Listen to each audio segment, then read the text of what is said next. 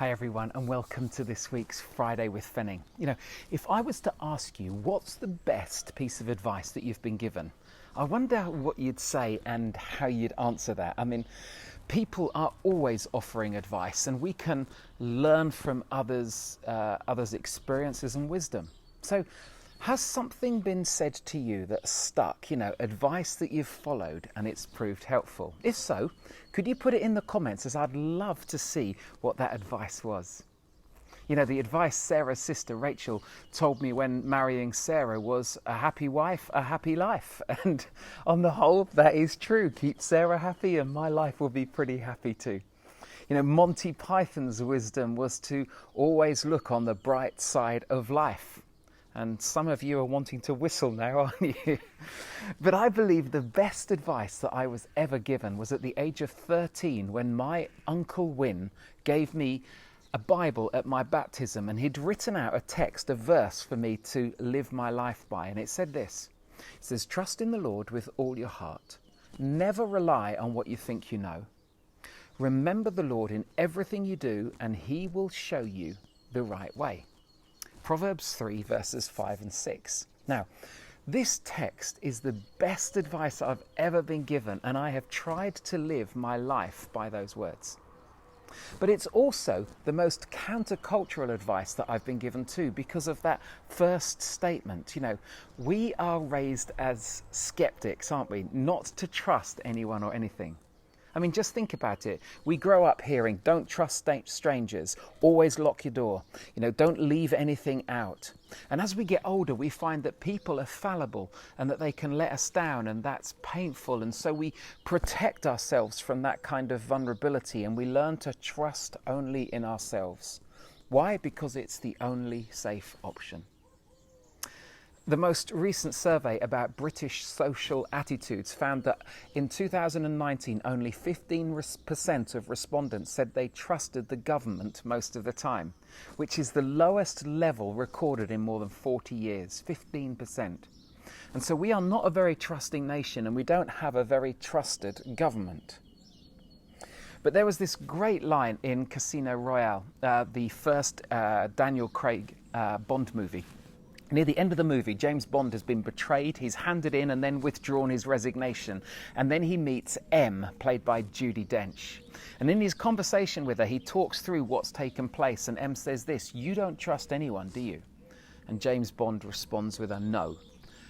And M concludes, "Then you've learnt your lesson." In other words, no one is to be trusted. To avoid trust is a strength within MI6. So when trying to win an argument at home, I will say to Sarah, "Look, trust me, I'm a vicar." But that doesn't seem to work now either. So let's go back to the text. Trust in the Lord with all your heart. Never rely on what you think you know. Remember the Lord in everything you do, and he will show you the right way. Trust is essential in any relationship. You cannot sustain a meaningful relationship with someone unless trust is evident. Now, of course, trust can be broken, but it can also be rebuilt. And one of the key reasons Sarah and I have a strong marriage is that we trust each other. We believe the best in one another. And this is also a make or break truth when it comes to following God. To truly know God means to trust him with our lives, to trust his character, to trust his promises, and to trust that God really does know best.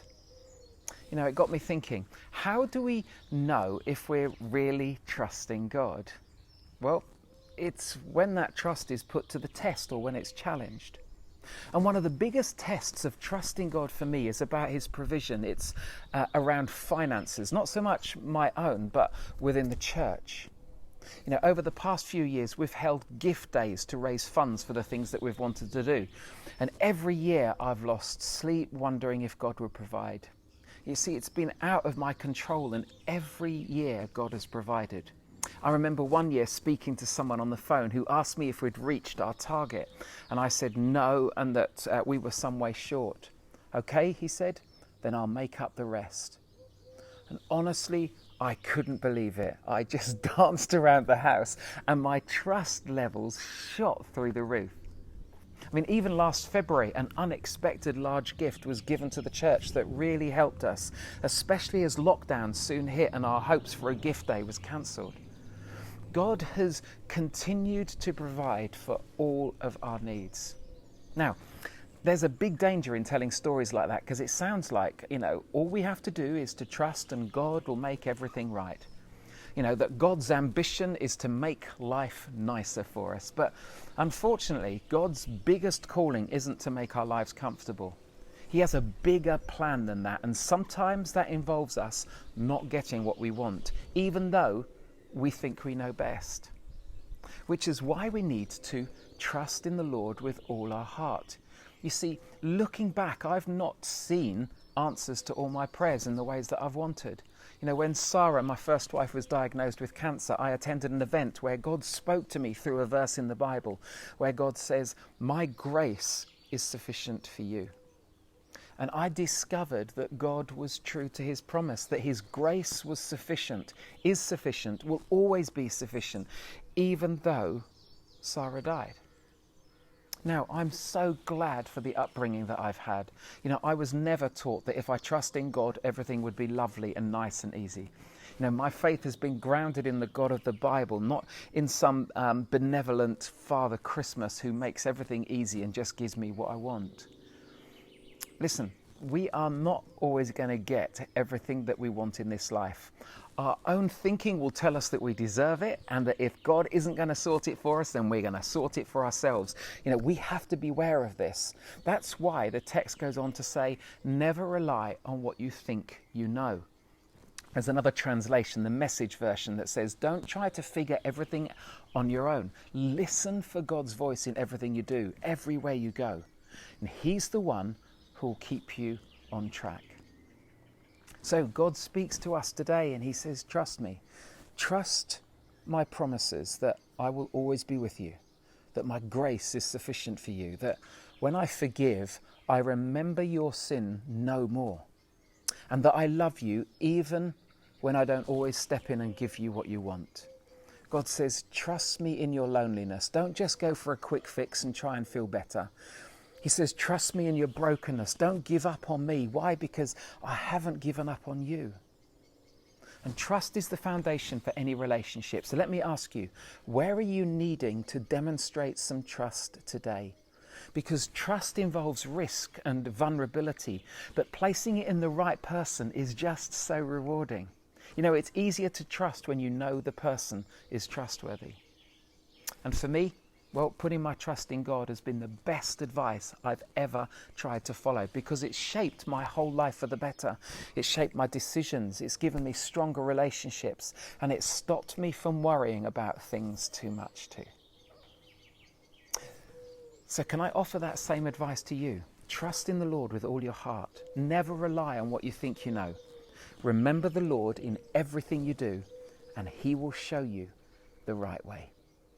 He really is worth trusting. Now, if this raises questions for you, or it reminds you of a faith that you once had and you would love to rediscover, please do get in touch. You can message me via Facebook, or you can email me at steve.fenning@forgechurch.com, and I would love to help in any way I can. Hey, thanks so much for watching. I hope you enjoy your weekend, and you take care.